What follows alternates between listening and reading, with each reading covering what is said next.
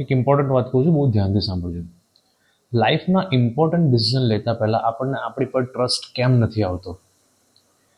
તમે જ્યારે ગાડી ચલાવતા હો છો તો સામે પણ કોઈ ગાડીવાળો આવતો હોય છે, આંખના ઈશારા પર તમે ટર્ન મારી લો છો, તમને એમના પર વિશ્વાસ છે. તમે કોઈ રોલર કોસ્ટરમાં બેઠા છો, બહુ હેવી રોલર કોસ્ટર, ઊંચું રોલર કોસ્ટર હોય છે, અને એ જે નીચે બેઠેલો જે માણસ કંટ્રોલ કરતો હોય છે એના પર વિશ્વાસ રાખીને તમે રોલર કોસ્ટરમાં બેસી જાઓ છો. તમે ઓનલાઈન તમે 4 ડિજિટની કોઈ વસ્તુ, મતલબ 5,000 10,000ની વસ્તુ તમે ખરીદતા વખતે તમે સ્ટ્રેન્જર્સના રિવ્યૂ પર વિશ્વાસ કરીને ખરીદી લો છો. પણ તમને લાઈફના ઇમ્પોર્ટન્ટ ડિસિઝન લેતા પહેલાં પોતાના પર ટ્રસ્ટ નથી આવતો. તમારે 50 વેલિડેશન જોઈએ છે એ ડિસિઝન લેતા પહેલાં. ભાઈ કેમ આવું છે? ક્યારે પોતાના લાઈફના ડિસિઝન પોતાના આત્મવિશ્વાસ પર લેશો? એ આત્મવિશ્વાસ લેવો રાખવો બહુ જરૂરી છે.